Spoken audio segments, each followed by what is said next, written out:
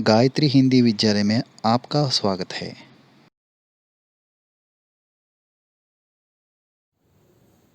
नमस्ते बच्चों, मेरा नाम सतीश, मैं हिंदी अध्यापक हूँ। आज मैं 10वीं कक्षा के चौथा पाठ कण कण का अधिकारी पाठ के संबंधित व्याकरणांश माने भाषा की बात पढ़ाना चाहता हूँ। पाठ के संबंधित कुछ प्रश्न पूछना चाहता हूँ। मनुष्य भाववाचक संज्ञा क्या है? मनुष्यता। श्रमचल समास क्या है? बहुव्रीहि। आज हम बाकी व्याकरणांश के बारे में सीखेंगे।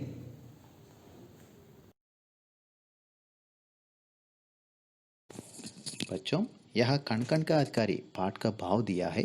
एक बार देखिए। एक मनुष्य पाप के बल से धन इकट्ठा करता है तो उसी धन को दूसरा व्यक्ति भाग्य के नाम पर धोखे से భోగుతా है। ఒక మనిషి పాపము చేసి ధనం సంపాదించి పోగు చేస్తే దాన్ని మరొకడు అదృష్టం, భాగ్యవాదం అనే పేరులో అనుభవిస్తూ ఉంటాడు। मानव का परिश्रम और उसकी भुजाओं की शक्ति ही మానవ సమాజ్ का ఏకమాత్ర భాగ్య है। అంటే శ్రమ, భుజబలము రెండు మానవ సమాజం యొక్క అదృష్టము లేదా భాగ్యం కింద మనం చెప్పవచ్చు। जो परिश्रम करता है उनके सामने పృథ్వీ ఆకాశ సభి వినయపూర్వక నతమస్తక్ యాని సిర్ झुकाते हैं। అంటే ఎవరైతే శ్రమించి పని చేస్తారో వారి ముందు భూమి, ఆకాశం రెండు కూడా తల వంచుకుని నిలబడతాయి అని అర్థం। जिस व्यक्ति ने श्रमजल दिया यानी सफलता पाने की पसीना बहा दिया है उसे कभी पीछे नहीं रहने देना है। అంటే ఏ వ్యక్తి అయితే చెమటోడ్చి పని చేస్తాడో అంటే సక్సెస్ కోసం వర్క్ చేస్తాడో అతన్ని పీచే నహీ రహనే దేనా హై, అతను ఎప్పుడు వెనుక ఉండనివ్వరాదు। यानी ప్రకృతి శ్రమ करने वाले को सुख से वंचित नहीं करना चाहिए। అంటే శ్రమించేవాడిని వెనుక ఉండనివ్వరాదు। జీతి హుయి ప్రకృతి సే పహలే ఉస్కో సుఖ్ బానే దో, అంటే జయింపబడిన ప్రకృతి నుండి ముందుగా సుఖాన్ని ఆ శ్రమించేవాడికే మనం ఇవ్వాలి। हे धर्मराज, भगवान ने जो कुछ इस प्रकृति में दिया है वह सब మానవోं की సంపత్తి है। అంటే ధర్మరాజు చెప్తున్నాడు, భగవంతుడి ప్రకృతిలో ఏదైతే ఇస్తాడో అదంతా కూడా మానవుల యొక్క సంపద। इस पृथ्वी के प्रत्येक कण कण पर मानव का अधिकार है। అందువల్ల ఈ భూమి మీద అణువణువు మీద కూడా మానవునికి అధికారం ఉంది అని ఈ పద్యంలో భావాన్ని మనం చెప్పుకోవడం జరిగింది।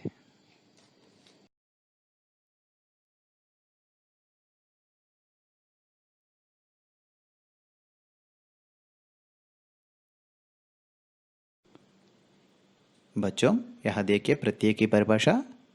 किसी भी सार्थक मूल शब्द के पश्चात जोड़े जाने वाले वे अविकारी शब्दांश है जो शब्द के अंत में जुड़कर उसके अर्थ में या भाव में परिवर्तन कर देते हैं, अर्थात शब्द में नवीन विशेषता उत्पन्न कर देते हैं या अर्थ बदल देते हैं।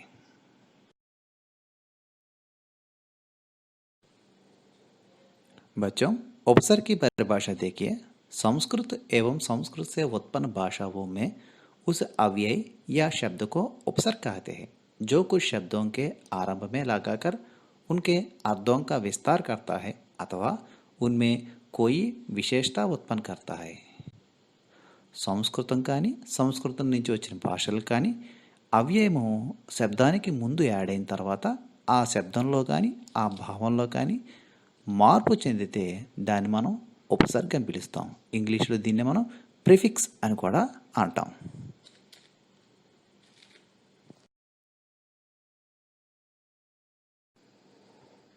बच्चों, यहाँ देखिए उपसर्ग और प्रत्यय को कुछ उदाहरण दे दिया है। अभाग्य, दुर्भाग्य, सौभाग्य।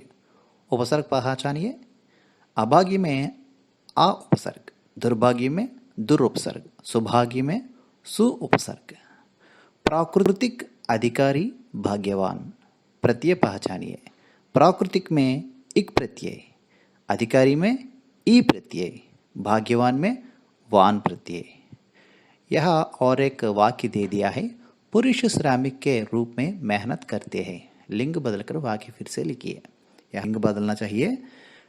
पुरुष के स्थान पर स्त्रियां, क्योंकि यह पुरुष बहुवचन, क्योंकि वह अंत में करते है ये बहुवचन है, पुल्लिंग बहुवचन, इसलिए यह स्त्रियां श्रमिक के रूप में मेहनत करते हैं।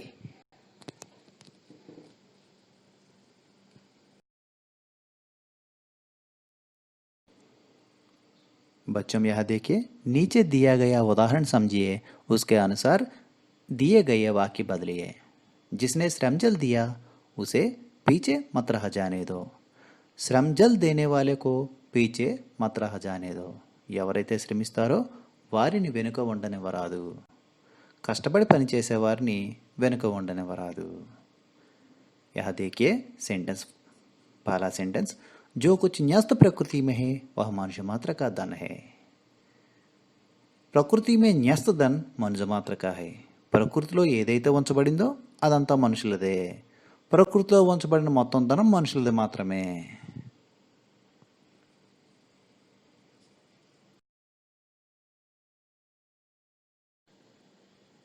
बच्चों यह दूसरा वाक्य देखिए, जो मेहनत करता है वही कण कण का अधिकारी है। मेहनत करने वाला ही कण कण का अधिकारी है। यह वाक्य दोनों में फर्क देखिए एक बार। ఎవరైతే కష్టపడతారో వారే అణువణువుకి అధికారి। కష్టపడేవారే అణువణువుకి అధికారి। जो परोपकार करता है वही పరోపకారి कहता है।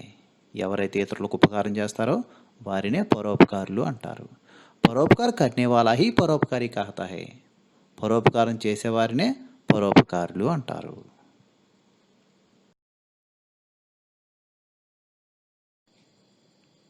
बच्चों पाठ के संबंधित कुछ प्रश्न दिया है, लिखकर पढ़िए। मेहनत करने वालों को सदा आगे रखने की बात क्यों कह रहे हैं? अनुचित तरीके से धन अर्जित करने वाला व्यक्ति सही है या श्रम करने वाला? अपने विचार में बताइए।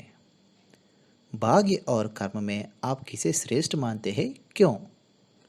श्रम के बल पर हम क्या क्या हासिल कर सकते हैं? मेहनत ही सफलता की कुंजी है, अपने विचार में व्यक्त कीजिए। कवि मजदूरों के अधिकारों का वर्णन कैसे किया है, अपने शब्दों में लिखिए।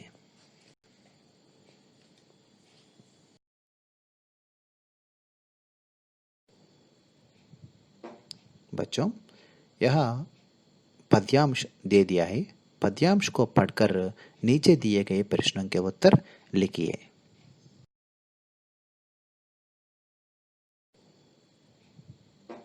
बच्चों यह पद्यांश दे दिया है, पद्यांश को पढ़कर नीचे दिए गए प्रश्नों के उत्तर लिखिए।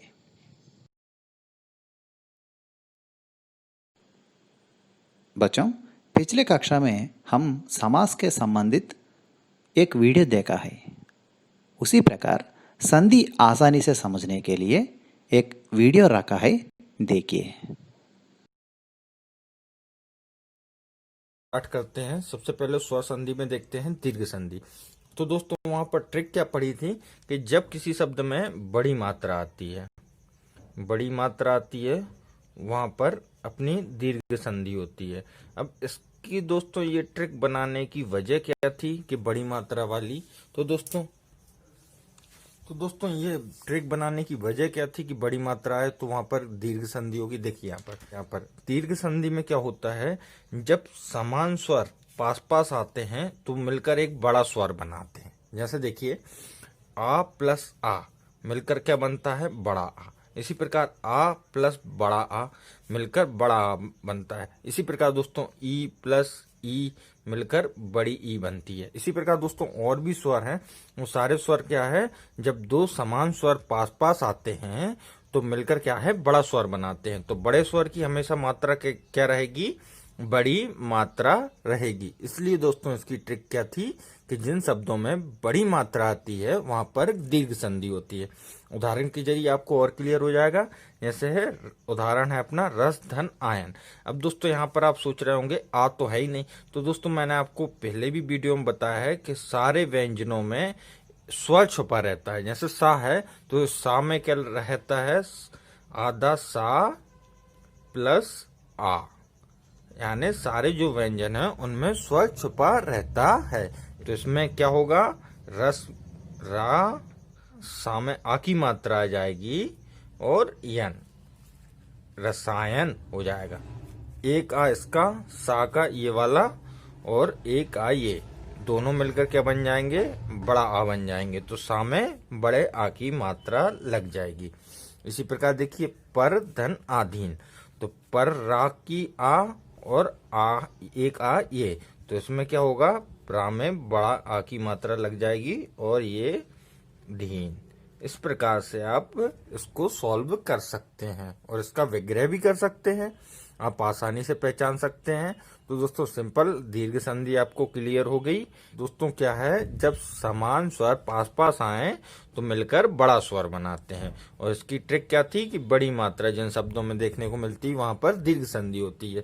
दोस्तों उस ट्रिक को देखने के लिए आप पुराना वीडियो भी देख सकते हैं, और इस यहाँ पर मैं केवल शॉर्ट में बता रहा हूँ आपको, ठीक है, कि आपकी जो भी ट्रिक मैंने बताई है वो भी आपकी क्लियर हो जाए। ठीक है, अगली है गुण संधि। ठीक है, तो गुण संधि का क्या है, जब किसी शब्द में ऊपर ए की मात्रा या ओ की मात्रा मिले तो वहां पर क्या होती है, गुण संधि होती है। ये ट्रिक भी है, ठीक है, कि अपनी ऊपर एक मात्रा मिलती है वहां पर क्या होती है, गुण संधि होती है। अब इसका कारण क्या है, तो कारण क्या होता है, आ प्लस ई।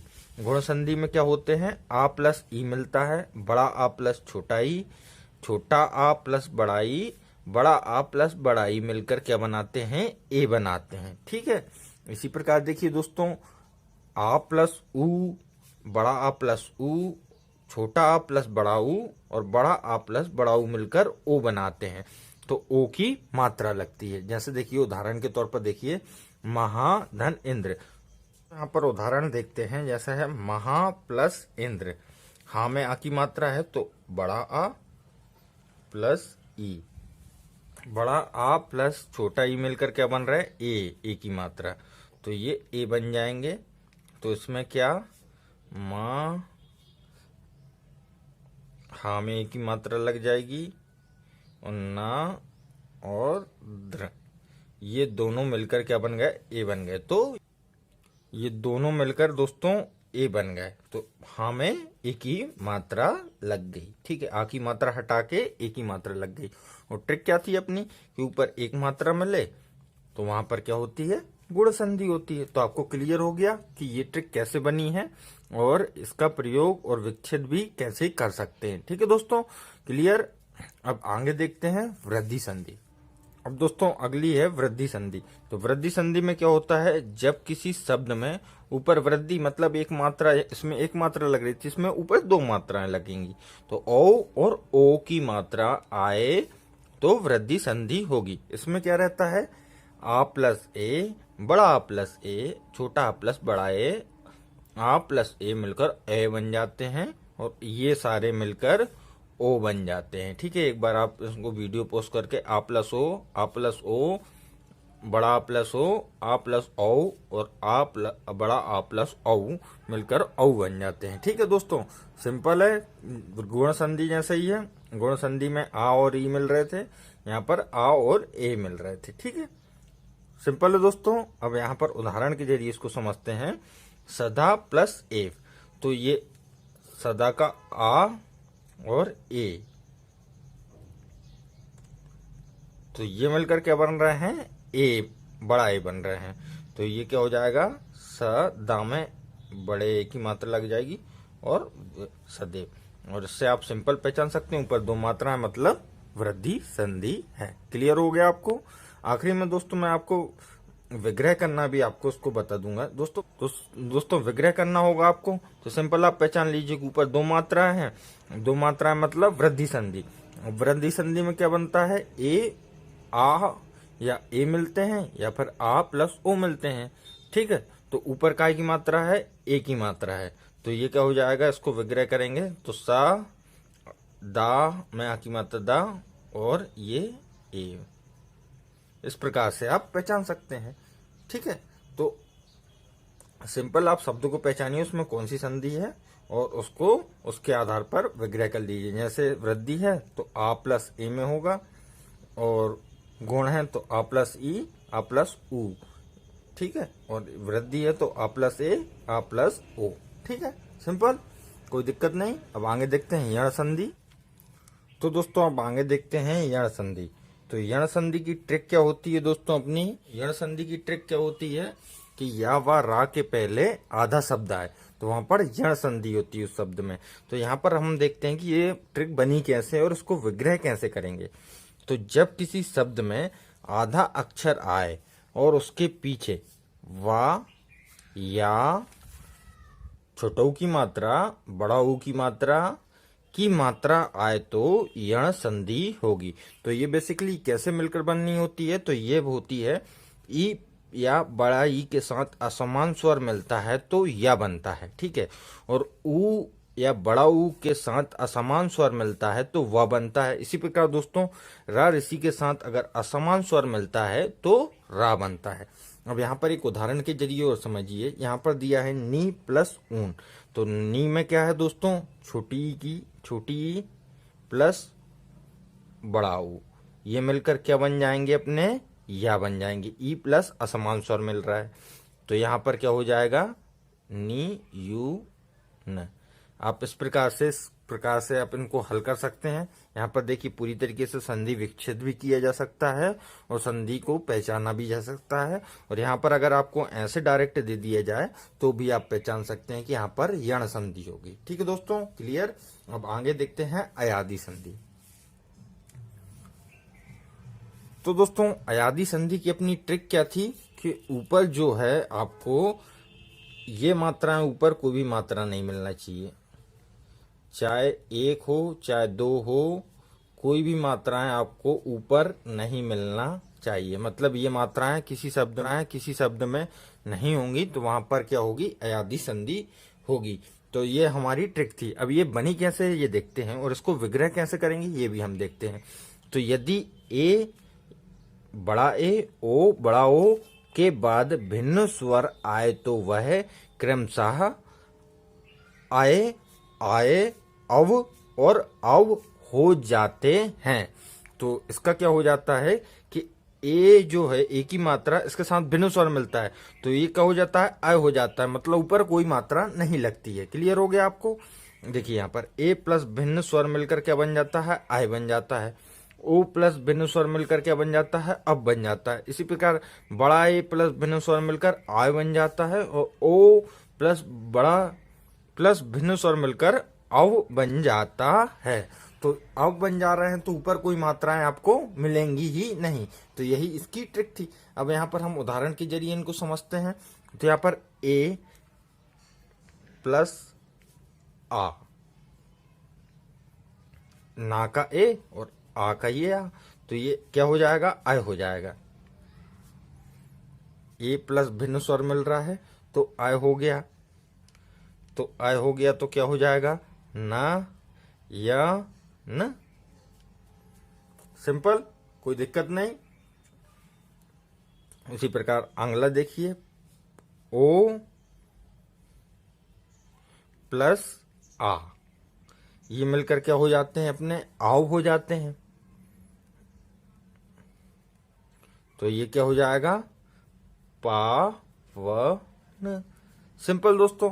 तो दोस्तों ये ट्रिक मैंने तो दोस्तों जो हमारा पिछला वीडियो था उसमें जो ट्रिक बताई थी वो नियमों के आधार पर ही बताई थी मैंने। और दोस्तों कई लोग हैं कुछ शब्द लेके आ जाते हैं कि सर इसमें ट्रिक नहीं लग रही, उसमें ट्रिक नहीं लग रही।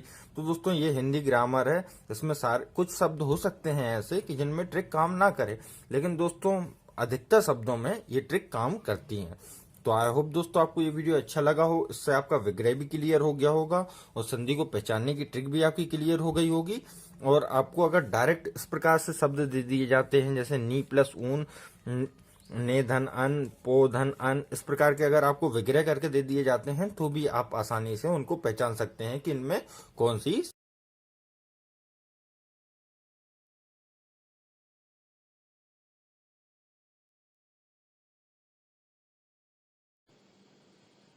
बच्चों, यहाँ समय का सदुपयोग के बारे में जानने के लिए एक छोटा सा कहानी रखा है, एक बार देखिए।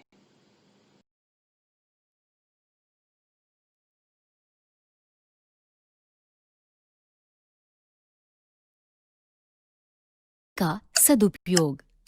समय का सदुपयोग जो करता है उसी व्यक्ति को समय के साथ अच्छे परिणाम मिलते हैं। ऐसा ही हुआ जब सोनू और वानी के एनुअल एग्जाम्स आने वाले थे। अरे अब तक पढ़ रही हो, चलो खाना खाते हैं।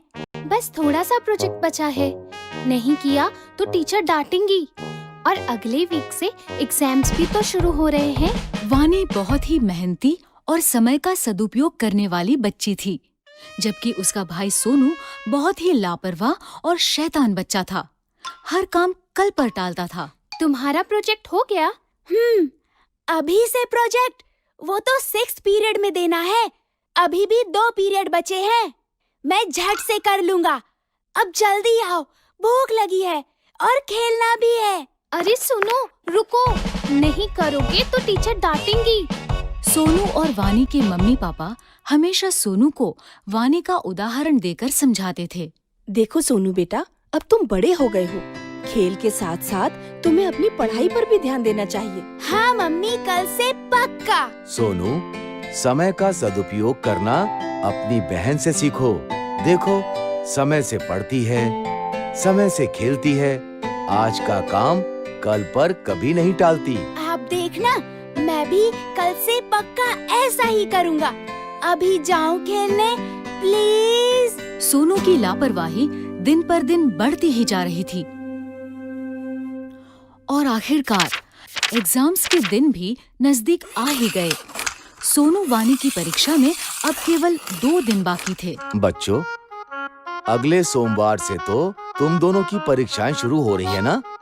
खूब मन लगाकर पढ़ो और अच्छे से परीक्षा दो। सोनू, मुझे तुम्हारी बहुत चिंता हो रही है बेटा। तुम हमेशा आज का काम कल पर टाल देते हो। पढ़ाई कल पर नहीं टालना। वानी की तरह सभी पाठ समय से पढ़ लेना, ठीक है? अरे पापा, परीक्षा में अभी पूरे 2 दिन बाकी है। मैं झट से पढ़ लूंगा सब कुछ। अभी तो मैं खेलने जा रहा हूँ। जब तक खेलूंगा नहीं, तब तक पढ़ाई भी समझ नहीं आएगी।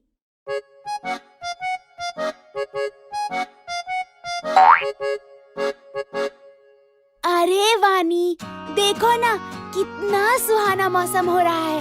आओ ना, थोड़ी देर खेल लेते हैं। पढ़ाई तो बाद में भी कर सकते हैं, झट से सब हो जाएगा। हाँ, मौसम तो सुहाना है, लेकिन मुझे मेरा पाठ पूरा करना है। कल परीक्षा है। इस मौसम में तो खेलने का मजा ही कुछ और है। तुम पढ़ती रहो, मैं तो चला खेलने।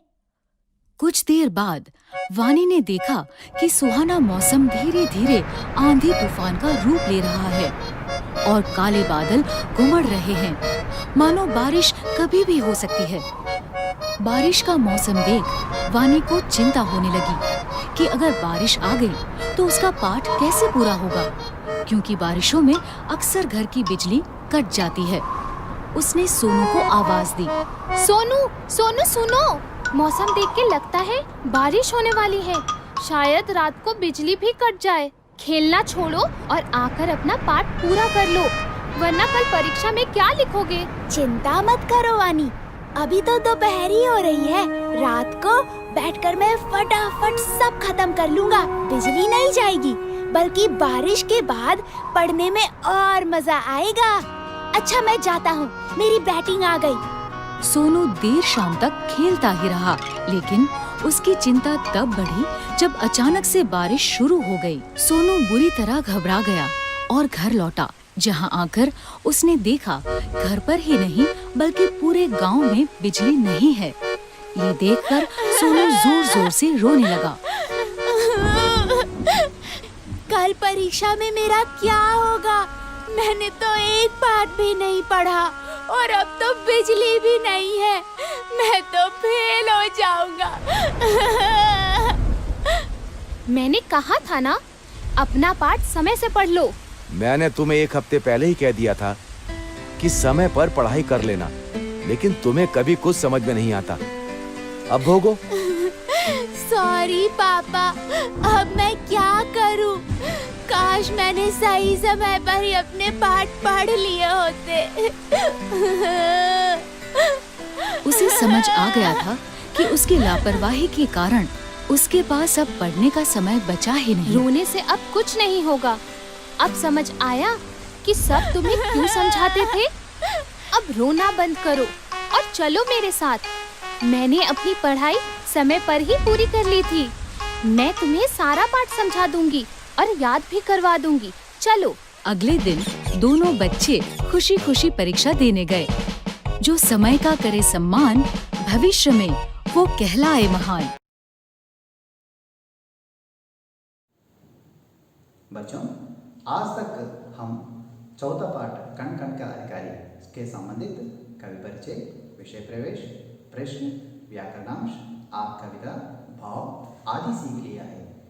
एक बार सभी प्रश्न लिखकर पढ़िए। आने वाले कक्षा में 5वां पाठ लोकगीत पढ़ेंगे।